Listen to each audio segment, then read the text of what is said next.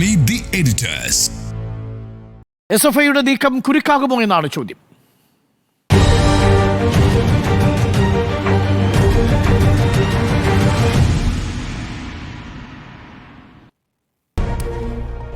ഇപ്പോൾ M V Govinda മാഷിന്റെ പ്രതികരണം വരുന്നു തത്സമയം. അതിനെ പാർട്ടിക്കെതിരായിട്ട് മാറ്റാൻ ശ്രമിക്കുമ്പോഴാണ് രാഷ്ട്രീയമായിട്ട് നേരിടും നിങ്ങൾ പറഞ്ഞത്. അത് ഇനിയും നേരിടും, അത്രയേ ഉള്ളൂ. ഈ വീണക്കുള്ള പിന്തുണ ഉണ്ടാവും കാര്യത്തിൽ ഈ ചാർജ് ഷീറ്റ് പാർട്ടി മുഖ്യമന്ത്രിയുടെ മകളെന്ന നിലയിലാണല്ലോ ചാർജ് ഷീറ്റ്.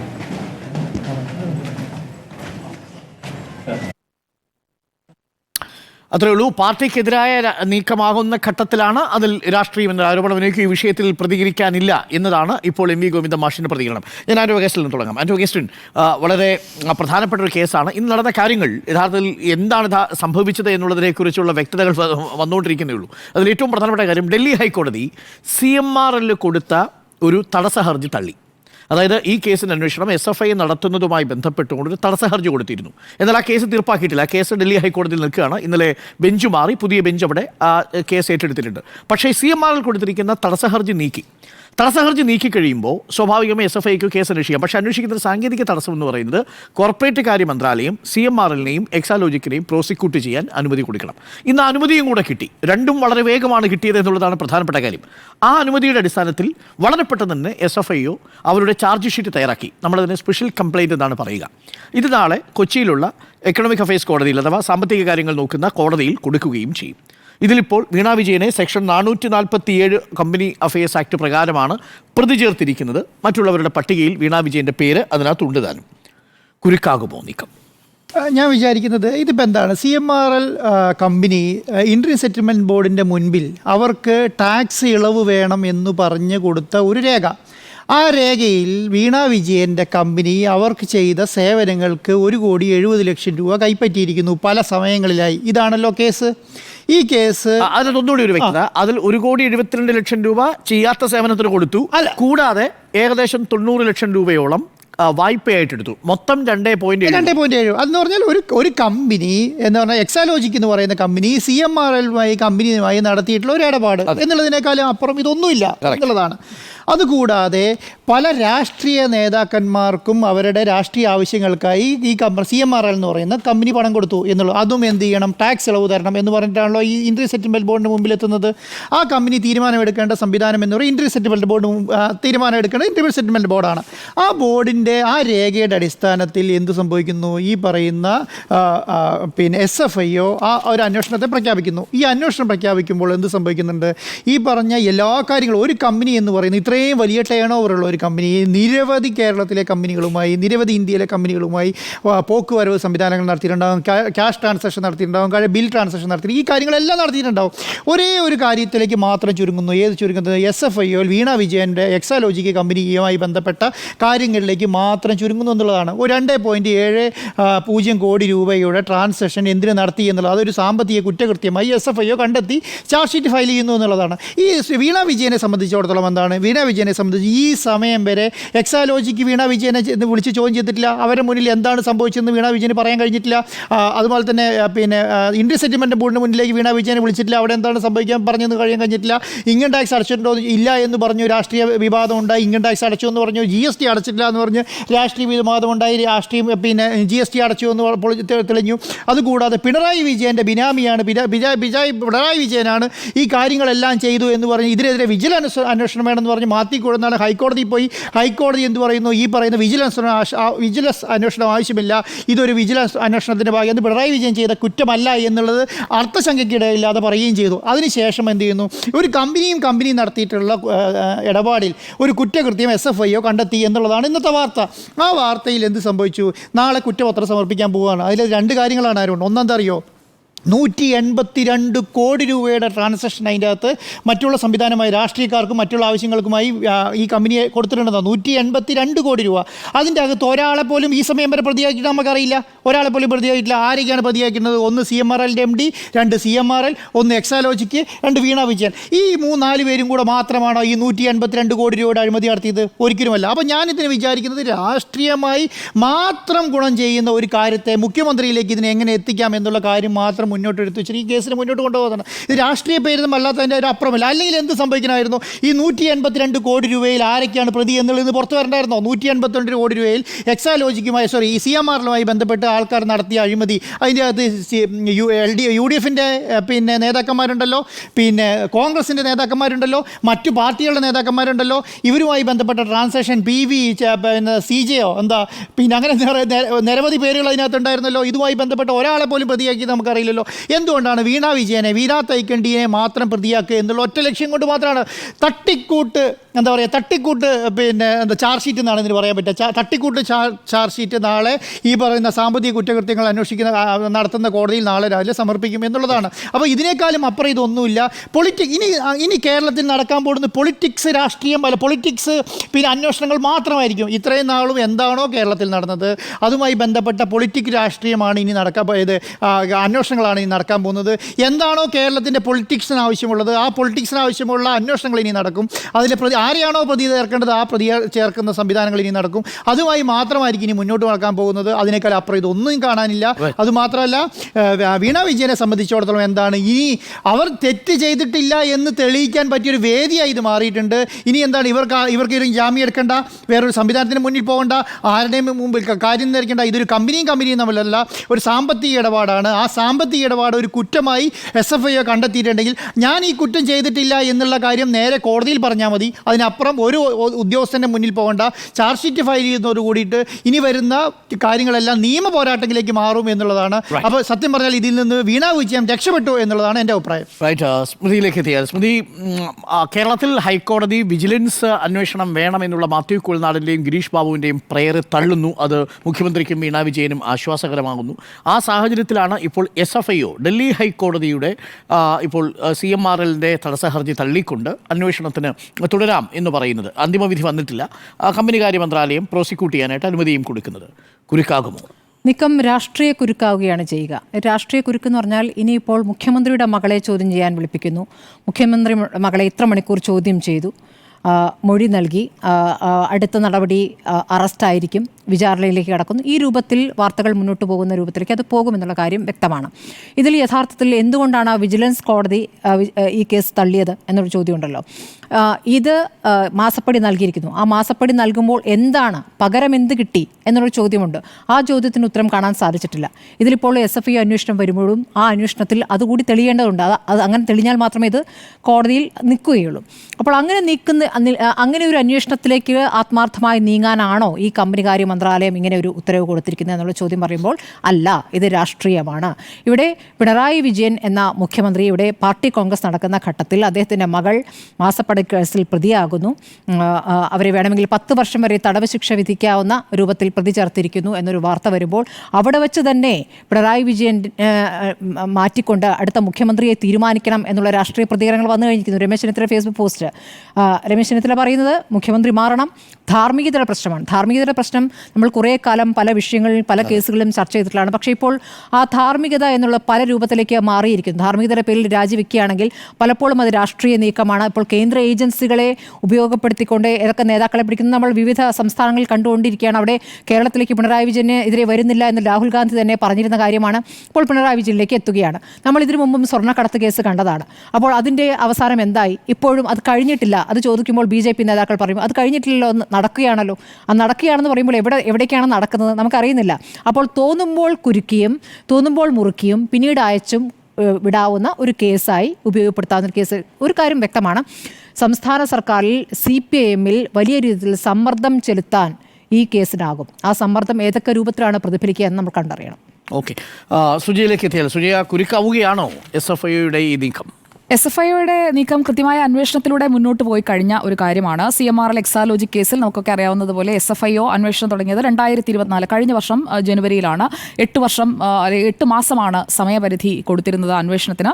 ഈ വീണ വിജയന്റെ മൊഴി എടുത്തിട്ടുണ്ട്. ആൻഡ്രോ സാർ പറഞ്ഞതിനോട് ഞാൻ ഒന്ന് വിയോജിക്കുകയാണ്. വീണ വിജയന്റെ മൊഴി എടുത്തത് 2024 ഒക്ടോബറിലാണ്. ഒക്ടോബറിൽ ചെന്നൈയിലെ സീരിയസ് ഫ്രോഡ് ഇൻവെസ്റ്റിഗേഷൻ ഓഫീസിൽ ഹാജരായി അവിടെ SFIOയുടെ ഡെപ്യൂട്ടി ഡയറക്ടർ അരുൺ പ്രസാദാണ് വീണ വിജയന്റെ മൊഴിയെടുത്തത്. വീണ വിജയന്റെ ഈ കമ്പനി കമ്പനി കൊടുത്ത സേവനങ്ങളെ പറ്റി അടക്കമുള്ള വിശദമായ ഒരു ചോദ്യാവലി തയ്യാറാക്കി അങ്ങനെയാണ് ആ മൊഴിയെടുക്കൽ ചെന്നൈയിൽ നടന്നത്. അതിനിടയിലാണ് വീണ വിജയൻ ഈ SFIO അന്വേഷണം തടയണമെന്ന് ആവശ്യപ്പെട്ടുകൊണ്ട് കർണാടക ഹൈക്കോടതിയെ സമീപിച്ചത്. ഇവിടെ വിജിലൻസ് അന്വേഷണത്തിന്റെ കാര്യത്തിൽ മാത്തിക്കുഴൽനാടൻ പോയതുപോലെയല്ല, കൃത്യമായി വീണ വിജയൻ കർണാടക ഹൈക്കോടതിയിലേക്കാണ് പോയത്. അവിടെ SFIO അന്വേഷണം തടയണമെന്നുള്ള വീണ വിജയന്റെ ഹർജി കർണാടക ഹൈക്കോടതി തള്ളിയതാണ്. ഇവിടെ മനസ്സിലാക്കേണ്ട കാര്യം, SFIOയുടെ അഡീഷണൽ ഡയറക്ടർ പ്രസാദ് അഡല്ലിയുടെ നേതൃത്വത്തിലുള്ള 6 അംഗ സംഘമാണ് ഈ കേസ് അന്വേഷിച്ചത്. SFIOയുടെ ഈ എല്ലാ കാര്യങ്ങളും പരിശോധിച്ചുകൊണ്ടുള്ള അന്വേഷണം നടത്തിയത്. അതിൽ ഈ കൊച്ചിൻ മിനറൽ ആൻഡ് റൂട്ടെയിൽസ് കമ്പനി CMRലും അതുപോലെ തന്നെ വീണ വിജയന്റെ ഉടമസ്ഥതയിലുള്ള എക്സാലോജിക് സൊല്യൂഷൻസ് ഈ കമ്പനിയും തമ്മിൽ ഏർപ്പെട്ടിരുന്ന എഗ്രിമെന്റ് അനുസരിച്ച് ആ സേവനങ്ങൾ കൊടുത്തിട്ടുണ്ടോ ഇല്ലയോ, അല്ലെങ്കിൽ ആ കൊടുത്ത സേവനത്തിനാണോ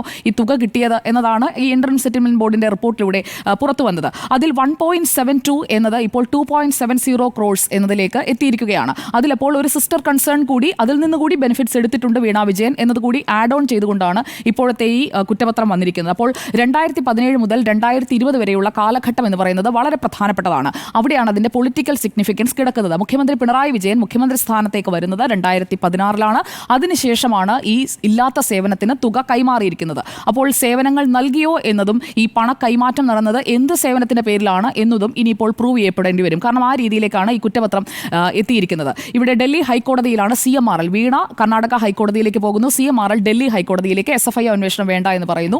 അപ്പോൾ അവിടെയും തിരിച്ചടി നേരിടുകയാണ്.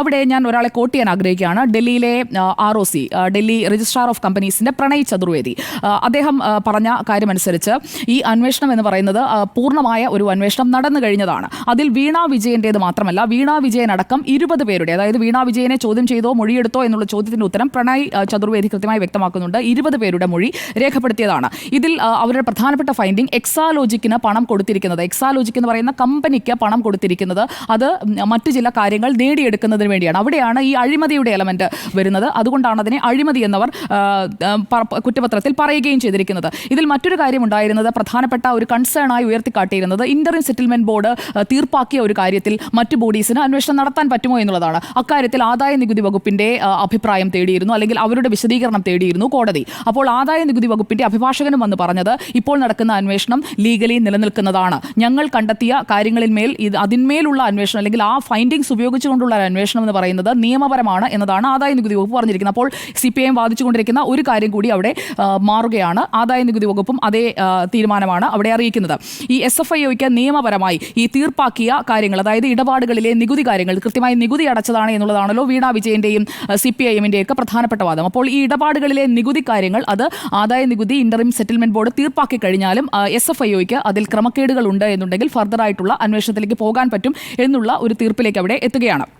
ഇനി അറിയേണ്ടത് പ്രോമിനന്റ് പൊളിറ്റിക്കൽ പേഴ്സൺ, അത് മുഖ്യമന്ത്രിയുടെ മകളാകുമ്പോൾ മുഖ്യമന്ത്രി അല്ലാതെ പാർട്ടി സെക്രട്ടറി ആകില്ലല്ലോ. അപ്പോൾ മുഖ്യമന്ത്രിയെ സ്വാധീനിക്കുന്നതിന് വേണ്ടി വീണ വിജയന് പണം കൊടുത്തു എന്ന രീതിയിലാണ് കേസ് ഇവിടെ നിൽക്കുന്നത്. ഇവിടെ വീണ തൈക്കണ്ടിയിൽ എന്ന് പറയുന്ന മുഖ്യമന്ത്രിയുടെ മകൾ, CMRL MD ശശിധരൻ കർത്ത, CMRLന്റെ CGM finance P Suresh Kumar, ഇവരെല്ലാവരും ഇതിൽ പ്രതികളായി ഉൾപ്പെടുകയാണ്. അതായത് കമ്പനി എന്നത് മാത്രമല്ല, പ്രതികൾ എന്നുള്ള രീതിയിൽ തന്നെയാണ് അത് ഉൾപ്പെടുത്തിയിരിക്കുന്നത്. അപ്പോൾ കമ്പനിയുടെ MD, CGM finance P Suresh Kumar അടക്കമുള്ളവരെ നേരത്തെ ഡോക്ടർ അരുൺ സൂചിപ്പിച്ചതുപോലെ കമ്പനികാര്യ ചട്ടം 447 പ്രകാരമാണ് കുറ്റം ചുമത്തിയിരിക്കുന്നത്, അവരെ പ്രതികളാക്കാൻ തീരുമാനിച്ചിരിക്കുന്നത്.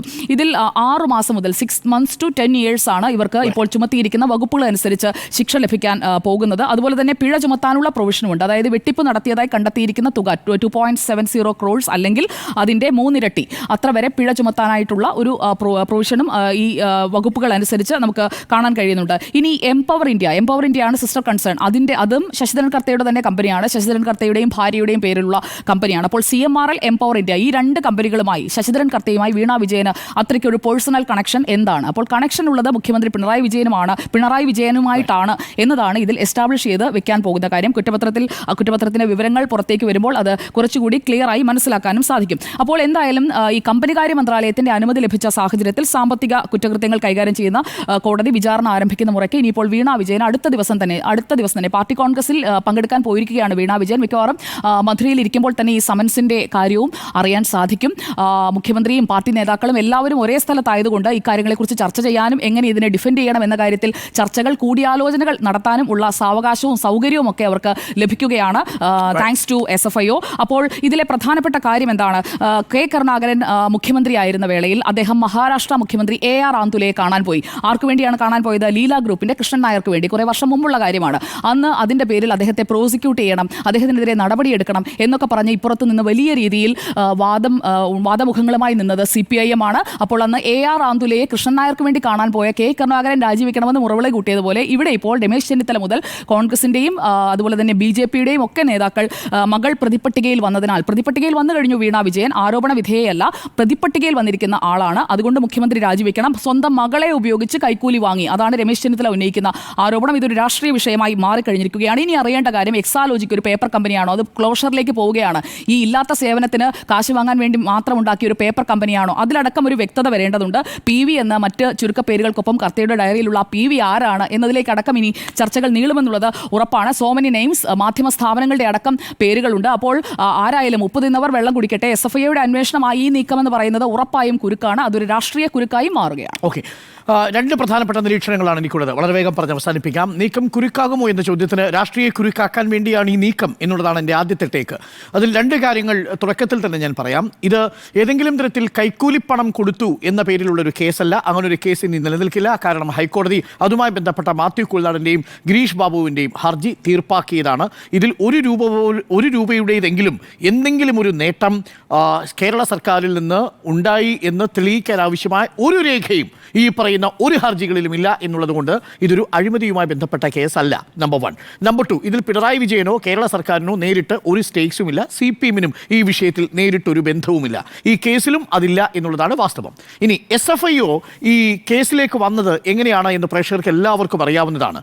ഇന്റരിം സെറ്റിൽമെന്റ് ബോർഡിന്റെ IT വകുപ്പിന്റെ ഒരു റിപ്പോർട്ട് പുറത്തു വരുന്നു. ആ റിപ്പോർട്ട് പ്രകാരം 2 കമ്പനികൾ, എക്സാലോജിക് എന്ന കമ്പനി CMRL എന്ന് പറയുന്ന കമ്പനിയുമായി നടത്തിയ ഇടപാടുകൾ അത് ഇല്ലാത്ത ഒരു സേവനത്തിനാണ് എന്നുള്ള ഒരു നിരീക്ഷണം ഇന്റരിം സെറ്റിൽമെന്റ് ബോർഡിന്റെ റിപ്പോർട്ടിൽ ഉണ്ടാവുകയും ആ റിപ്പോർട്ടിലുള്ള ആ നിരീക്ഷണത്തെ പിടിച്ചുകൊണ്ട് കമ്പനികാര്യ മന്ത്രാലയം ഒരു പ്രധാന നീക്കം നടത്താൻ പോകുന്നു. കമ്പനികാര്യ മന്ത്രാലയത്തിന്റെ ബോർഡാണ് ആദ്യം ഈ കാര്യം അന്വേഷിക്കാൻ പോകുന്നത്. രജിസ്ട്രാറിനെ കൊണ്ട് അന്വേഷിക്കാൻ തീരുമാനിക്കുന്നു.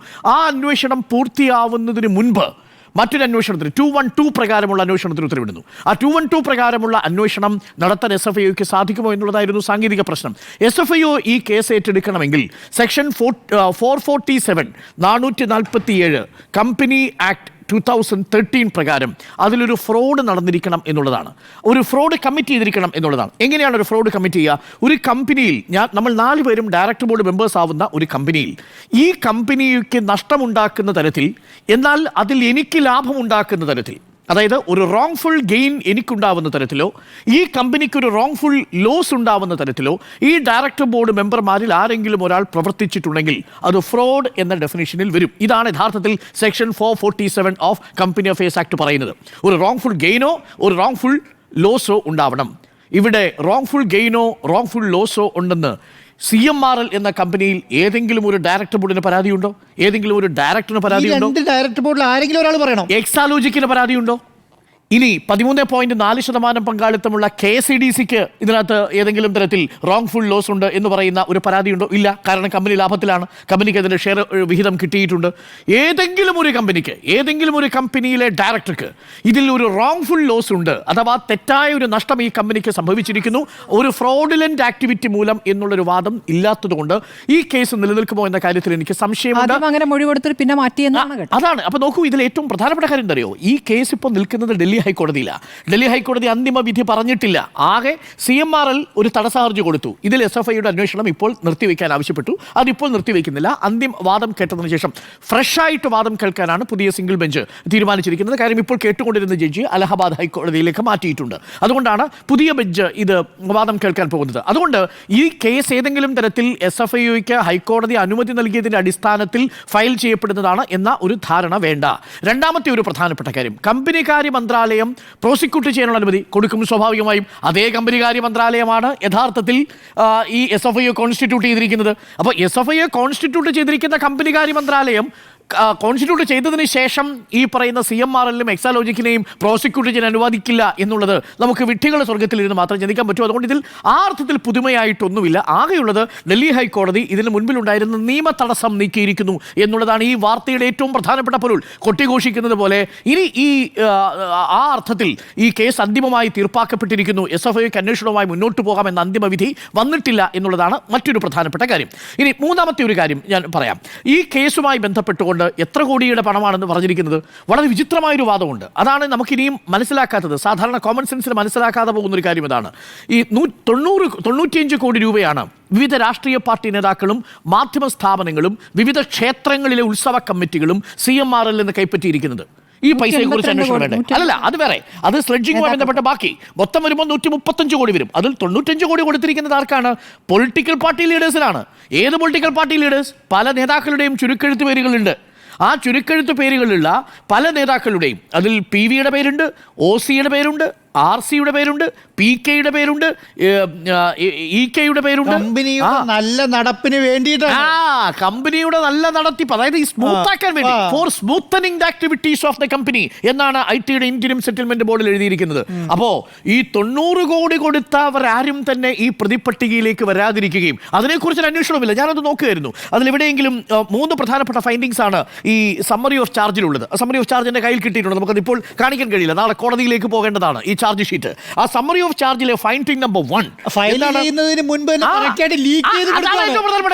നോക്കൂ, ഇതെല്ലാം വളരെ ഡൽഹി ഹൈക്കോടതി ഈ CMRL കൊടുത്ത അപേക്ഷയിൽ ഇന്റീരിയം സ്റ്റേ വേണമെന്ന് ആവശ്യപ്പെടുന്നു. ആ സ്റ്റേ കൊടുക്കുന്നില്ല. സ്റ്റേ കൊടുക്കാതിരിക്കുന്നു. ഇമ്മീഡിയറ്റ്ലി കമ്പനികാര്യ മന്ത്രാലയം പ്രോസിക്യൂഷൻ അനുമതി കൊടുക്കുന്നു. ഇമ്മീഡിയറ്റ്ലി കേരളത്തിൽ BJP നേതാവ് പ്രസ്താവന ഇറക്കുന്നു. മറ്റ് സ്റ്റേറ്റ്മെന്റുകൾ വരുന്നു. ചാനലുകളെല്ലാവരും വളരെ പ്രധാനപ്പെട്ട ബ്രേക്കിംഗ് വാർത്ത ഒഴുകുന്നു. ഇതൊക്കെ വളരെ ഓർഗനൈസ്ഡ് ആയിട്ടുള്ള നീക്കമാണെന്ന് ആർക്കാണ് മനസ്സിലാവാത്തത്? ഇനി ഫൈൻഡിംഗ് നമ്പർ 1 182 കോടി രൂപ. ഞാൻ ആ കണക്കിൽ നോക്കുമായിരുന്നു. ഇതിലേതെങ്കിലും ഒരു പണം ഈ പറയുന്ന രാഷ്ട്രീയ പാർട്ടി നേതാക്കളുടെ ബെനിഫിഷ്യറി എന്ന നിലയിലേക്ക് പോയിട്ടുണ്ടോ? ഒരിടത്ത് പോയിട്ടില്ല. ഈ കേസിൽ SFIക്ക് ഏതെങ്കിലും വ്യക്തികളെ പ്രതിയാക്കാൻ കഴിയില്ല. അതാണ് ഏറ്റവും പ്രധാനപ്പെട്ട കാര്യം. പക്ഷേ ഇതിലത് ഉൾപ്പെടുത്താമായിരുന്നു. ഈ 90 കോടി രൂപ സ്മൂത്തനിങ് ഓഫ് കമ്പനിയുടെ ആക്ടിവിറ്റിക്ക് വേണ്ടിയിട്ട് കൊടുത്ത പണം ഫൈൻഡിങ്സ് 1-ലോ ഫൈൻഡിങ് 2-ലോ ഫൈൻഡിങ് 3-ലോ ഇല്ല. അപ്പോൾ 90 കോടി കൊടുത്ത് കമ്പനിയെ നഷ്ടത്തിലാക്കിയ വിഷയം SFIക്ക് ഒരു കേസല്ല. പകരം 2.7 കോടി ഈ വീണ വിജയന് ഈ CMRL സിസ്റ്റർ കൺസേൺ എംപവർ ഇന്ത്യയും CMRLന്റെ ആനുവൽ മെയിൻ്റനൻസ് കോൺട്രാക്ട് തുകയും കൊടുത്തതാണ് കേസായി മാറുന്നത് എന്നുള്ളതാണ്. നോക്കൂ, 2.7 കോടി രൂപ 90 കോടിയേക്കാൾ വലുതാവുന്ന ഒരു സാഹചര്യമാണ് SFIO സൃഷ്ടിച്ചിരിക്കുന്നത്. 135 കോടി രൂപയുടെ കേസ് അന്വേഷിക്കേണ്ടതില്ലെന്നും 2.7 കോടിയുടെ അന്വേഷണം വേണമെന്നുമുള്ള ഒരു താല്പര്യം. ഇനി പ്രിയപ്പെട്ട പ്രേക്ഷകർ പറയണം, ഇത് രാഷ്ട്രീയ ദുരുദ്ദേശമല്ലെങ്കിൽ പിന്നെ മറ്റെന്താണ്? 135 കോടിയുടെ നഷ്ടം കമ്പനിക്ക് വരുത്തിയ വിവിധ ഫണ്ടിങ്ങുകളെ കുറിച്ച് അന്വേഷണം ഇല്ലാതിരിക്കുകയും 2.7 കോടിയുടെ മാത്രം കണക്ക് മാത്രം ഈ SFIയുടെ അന്വേഷണം 95 കോടി അഴിമതിയല്ല. 95 കോടി അഴിമതിയല്ല. 95 കോടി എന്നുള്ളത് സ്മൂത്തനിങ്ങിന് വേണ്ടി കൊടുത്തതാ. അതേസമയം 2 കമ്പനികൾ തമ്മിൽ ലീഗലായ കോൺട്രാക്ട് വെച്ച് ഒരു ഉടമ്പടി വെച്ച് സർവീസ് ടാക്സ് അടച്ച്, അതായത് GST അടച്ച് സർവീസ് ടാക്സ് കംപ്ലീറ്റ് കൊടുത്ത് പ്രൊഫഷണൽ ടാക്സ് അടച്ച് വ്യക്തിപരമായ ഇൻകം ടാക്സ് അടച്ച് എഗ്രിമെന്റ് വെച്ച് 2 കമ്പനികൾ തമ്മിൽ നടത്തിയ കരാർ.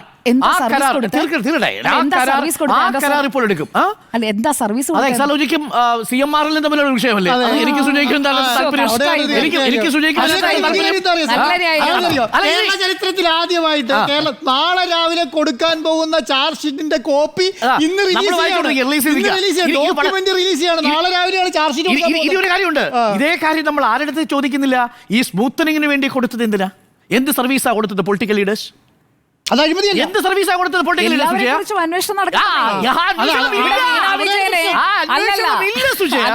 ഇവിടെ വീണ വിജയനെ വെള്ളപൂശാൻ വേണ്ടി 135 കോടി രൂപ CMRL നിന്ന് കൈപ്പറ്റിയ രാഷ്ട്രീയ നേതാക്കൾ, 135 കോടി രൂപയിൽ പങ്കുപറ്റിയ മാധ്യമ മുതലാളിമാർ, 135 കോടിയിൽ ഏതെങ്കിലും തരത്തിൽ ഏതെങ്കിലും പാർട്ടിയുടെ മുഖപ്രസംഗം എഴുതാൻ വേണ്ടിയിട്ട് ചെലവഴിച്ചിട്ടുണ്ടോ? അന്വേഷിക്കേണ്ടതാ. ഒരേ ഒരു പത്രം മാത്രമാണ് CMRL-നെ കുറിച്ച് വെള്ളപൂശി ഈ ജനമധ്യത്തിൽ മുഖപ്രസംഗം എഴുതിയത്. ആ പത്രത്തിന്റെ പേരെന്താണെന്ന് അറിയാമോ? ജന്മഭൂമി എന്നാണ്. CMRL-നെ കുറിച്ച് വെള്ളപൂശി എഴുതിയ ഒരേ ഒരു പത്രം. എവിടെ? ഈ അന്വേഷണത്തിൽ ഇല്ലല്ലോ. എവിടെ പോയി? വീണാ വിജയനെ കുറിച്ച് പറയുമ്പോൾ ജന്മഭൂമി എന്ന് പറഞ്ഞിട്ട് കാര്യമില്ല. വീണാ വിജയൻ കൊടുക്കുമ്പോഴും ഈ ആർജവം കാണണം കേട്ടോ. 135 കോടിക്ക് മുകളിലേക്ക് പ്രതിഷ്ഠിച്ചിരിക്കുന്ന വിചിത്രമായ ഡോക്ടർ അരുൺ, ഈ വാദങ്ങളും ഈ ആർജവവും ഒക്കെ കുറ്റപത്രത്തിന്റെ പൂർണ്ണരൂപം വരുമ്പോഴും ഈ കേസിൽ ശിക്ഷിക്കപ്പെടുമ്പോഴും കുറ്റപത്രത്തിന്റെ മെമ്മോയാണ് ഞാൻ ഈ വായിച്ചത്. 3 പ്രധാനപ്പെട്ട കേസുകൾ. മെമ്മോ കാണണോ? മെമ്മോ പറയണോ? ഓരോ സെക്ഷനായിട്ട് ഞാൻ എടുത്ത് പറഞ്ഞു തരാം. Finding 1 447 of company act 2013, 448, 447, 628 section 211 of CA act, 447 of CA 2013. ഇത് രണ്ടുമാണ് 3 പ്രധാനപ്പെട്ട ഫൈൻഡിങ്ങുകളിൽ ആപ്ലിക്കബിൾ ആയിരിക്കുന്ന കേസുകൾ. ഒരിടത്ത് ഈ കമ്പനി രാഷ്ട്രീയ നേതാക്കളുടെ വീണാ വിജയൻ ചെയ്ത താങ്കൾക്ക് ഇപ്പോൾ ആ കുറ്റപത്രം കിട്ടിയെങ്കിൽ അതിൽ വീണാ വിജയന്റെ ഇൻവോൾവ്മെന്റിനെ കുറിച്ച് കുറ്റപത്രത്തിൽ പറയുന്നുണ്ടല്ലോ. Fraudulent payments of rupees 2.7. അപ്പൊ പിന്നെ 135 കോടി എന്താ? ഷോൺ ജോർജിന്റെ പരാതി എന്തായിരുന്നു? 130.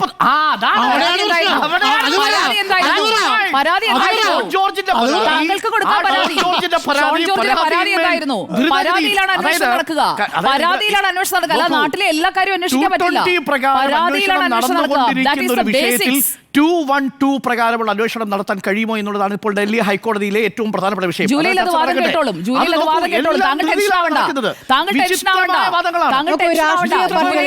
നമ്മൾ കുറെ മുമ്പ് ചർച്ച ചെയ്താണല്ലോ, രാഷ്ട്രീയ പാർട്ടികൾ സംഭാവന സ്വീകരിച്ചിട്ടുണ്ട്, സംഭാവനയുടെ രസീത് ഉണ്ടാകുമായിരിക്കാം, ചിലത് കാണാതെ പോയിട്ടുണ്ടാകും എന്നൊക്കെയാണ് അന്ന് രമേശ് ചെന്നിത്തല പ്രതികരിച്ചത്. ഇതിൽ മുഖ്യമന്ത്രിയുടെ മകൾക്ക് എന്താണ് കൊടുത്തത്? മുഖ്യമന്ത്രിയുടെ മകൾക്ക് എന്താണ് കൊടുത്തതെന്നൊരു ചോദ്യം ഉണ്ടല്ലോ. അതെങ്ങനെയാ? അന്വേഷണത്തിന് ആത്മാർത്ഥതയിലൊന്നും ഒരു വിശ്വാസമില്ല. ഞാൻ പറയുന്നത് ഈ അന്വേഷണം ഇതിൽ വാങ്ങിയിട്ടുമുണ്ടാകും, ഈ മകൾ എന്ന നിലയ്ക്ക് കൊടുത്തിട്ടുമുണ്ടാകും എന്ന് തന്നെയാണ് ഞാൻ വിശ്വസിക്കുന്നത്. പക്ഷേ ഈ അന്വേഷണം ഒന്നും എങ്ങോട്ട് എത്താൻ പോകുന്നില്ല. ഇതിങ്ങനെ കുരുക്കും, ഇങ്ങനെ കാണിക്കും, പകരം ഇവിടെ നിന്ന് വലിയൊരു വിട്ടുവീഴ്ച അപ്പുറത്തേക്കും ഉണ്ടാകും. അതാണ് എനിക്ക് മനസ്സിലാവാത്തത്. എനിക്കതിന് വിയോജിപ്പുണ്ട്. ഇപ്പൊ CMRL-മായി ബന്ധപ്പെട്ട് CMRL-ന്റെ ചരിത്രത്തിൽ അതിന്റെ കരിമണൽ ഖനനത്തിന് അനുമതി കൊടുത്ത ഏക സർക്കാർ LDF-ന്റെ ആണോ UDF-ന്റെ ആണോ? CMRL-ന് കരിമണൽ ഖനനം നടത്താൻ അനുമതി കൊടുത്ത ഏക സർക്കാർ LDF-ന്റെ ആണോ UDF-ന്റെ? UDF-ന്റെ കാലത്തൊന്നും സർക്കാർ അഴിമതിയിലൊന്നും ഇവിടെ ആരും പറഞ്ഞിട്ടില്ല. സർക്കാർ അഴിമതി ചെയ്യുന്നതും സർക്കാരിന്റെ ഭാഗമായി നിൽക്കുന്ന രാഷ്ട്രീയ പാർട്ടികൾ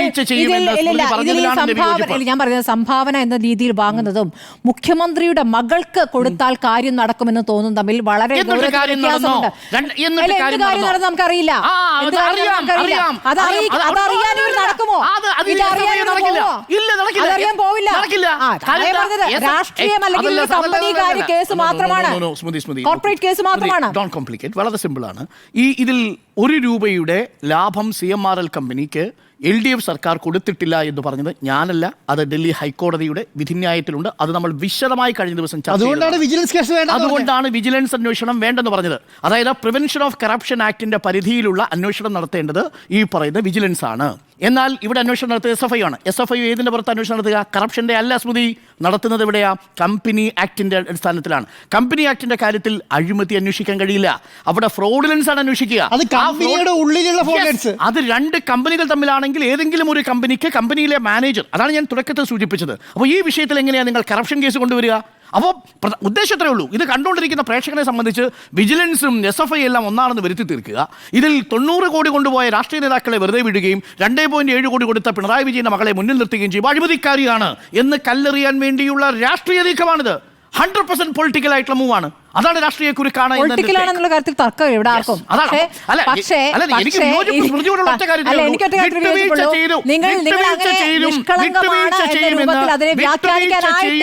വിട്ടുവീഴ്ച ചെയ്യുമെന്ന് സ്മൃതി പറഞ്ഞതിനോട് മാത്രമേ എനിക്ക് വിയോജിപ്പുള്ളൂ. കാരണം കേരളത്തിൽ ഒരേ ഒരു സർക്കാരെ CMRL-ന് വേണ്ടിയിട്ട് നിലപാടെടുത്തിട്ടുള്ളൂ. അത് UDF സർക്കാരാണ്. അത് 2004-ലാണ്. അത് AK ആന്റണി സർക്കാരിന് ശേഷം അത് ഉമ്മൻചാണ്ടി സർക്കാരാണ്. 10 ദിവസത്തേക്ക് CMRL-ന് ഈ പറയുന്ന കരിമണൽ ഖനനം ചെയ്യാനുള്ള അനുമതി കൊടുത്തത് കേരളത്തിലെ UDF സർക്കാരാണ്. അത് വേണ്ടെന്ന് വെച്ചത് VS സർക്കാരാണ്. അതിന് ശക്തമായതിനെ പ്രതിഷേധം നടത്തിയത് VM സുധീരനാണ്. അതിനുശേഷം 10 ദിവസത്തിന് ശേഷം എന്താണ് ഈ കേരളത്തിൽ നടന്നത് നമ്മൾ കണ്ടതാ. അതിനുശേഷം കേന്ദ്ര നിയമം 2019 വരുമ്പോൾ മാത്രമാണ് പൊതുമേഖലയിൽ ഉമ്മൻചാണ്ടിയുടെ 3 മക്കളിൽ ആർക്കും ഇതുപോലെ ഇല്ലാത്ത സേവനത്തിന് കാശ് കൊടുത്തിട്ടില്ല. അതാണ് പ്രശ്നം. നേരിട്ട് OC-യുടെ പേരുണ്ട് അവിടെ. നേരിട്ട് അവിടെ ഇന്നലെ ചെയ്ത് കണ്ടതിനെ കുറിച്ച് എന്താ പറയാ? അതാരാണ് ഓൺ ചെയ്യേണ്ടത്? ആരാ? പക്ഷേ ഇവിടെ രമേശ് പക്ഷേ ചെന്നിത്തല OC ഓൺ ചെയ്തു. ഉമ്മൻചാണ്ടിയാണ്. രമേശ് ചെന്നിത്തല ഓൺ അത് ചെയ്തു. ഓൺ ചെയ്യാൻ- P. K. Kurian on on ചെയ്യാൻ ചെയ്തു. പറയണം. ഇല്ലാത്ത മനുഷ്യനെ അന്തരിച്ച ആ മനുഷ്യനെ ഇതിലേക്ക് വലിച്ചിഴക്കണ്ട. അന്തരിച്ച ആ നേതാവിനെ ഇതിലേക്ക് വലിച്ചിഴക്കണ്ട.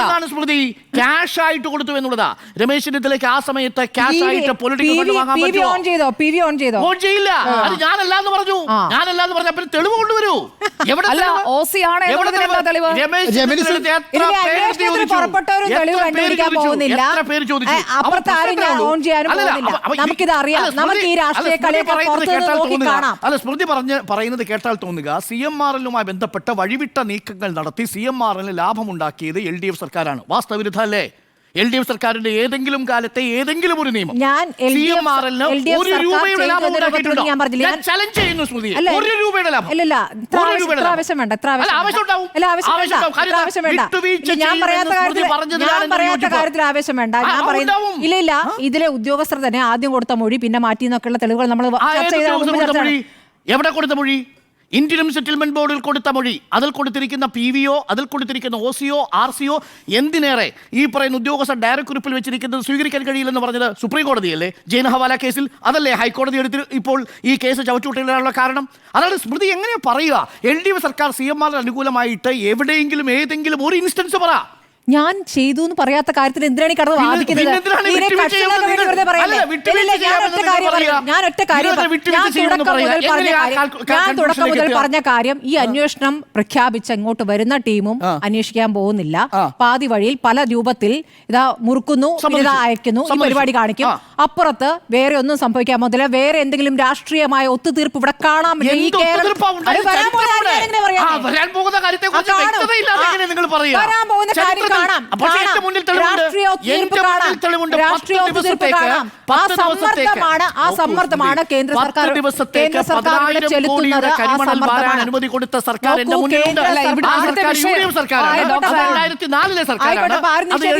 ആരും നിഷേധിക്കുന്നില്ല. ഞാൻ ഇത്രേ പറയുന്നുള്ളൂ. കേന്ദ്ര സർക്കാർ കാണിക്കുന്ന സമ്മർദ്ദത്തിന്റെ ഫലം ഇവിടെ കാണാം.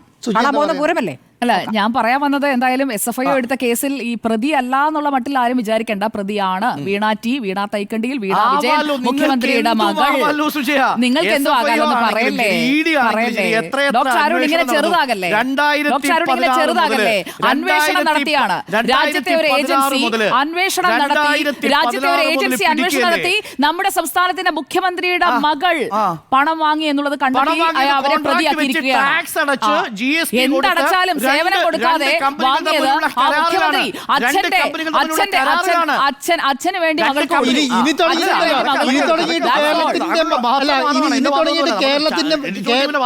ഇനി തുടങ്ങിയിട്ട് കേരളത്തിന്റെ മന്ത്രിമാർക്കെല്ലാം ശമ്പളം കൊടുക്കാൻ പറയണം. എന്താ പറയുക? ഒരു പണിയെടുക്കാൻ പാടില്ലല്ലോ.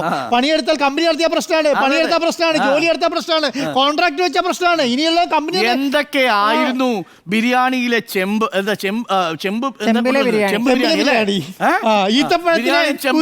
ബിരിയാണി ചെമ്പിലെ സ്വർണം അല്ലെ?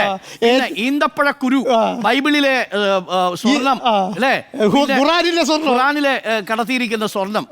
നാണമില്ലെന്ന് നമുക്ക് ചോദിക്കാനുള്ളൂ. നീക്കം അന്വേഷണ ഏജൻസിയെ വെള്ളപൂശാൻ ഇറങ്ങിയിരിക്കുന്നവരോട് ഒറ്റ ചോദ്യമുള്ളൂ, ലജ്ജയില്ലേ? നിർത്തിക്കൂടെ? മലയാളിയും ചോദിക്കുന്നുണ്ട്. നീക്കം കുരുക്കാകുമോ എന്നുള്ളതാണ്. നീക്കം കുരുക്കാകും എന്നുള്ളതാണ് 3 പേരുടെ അഭിപ്രായം. രാഷ്ട്രീയ കുരുക്കാണെന്ന് മാത്രം നോ എന്ന് വോൾട്ട്.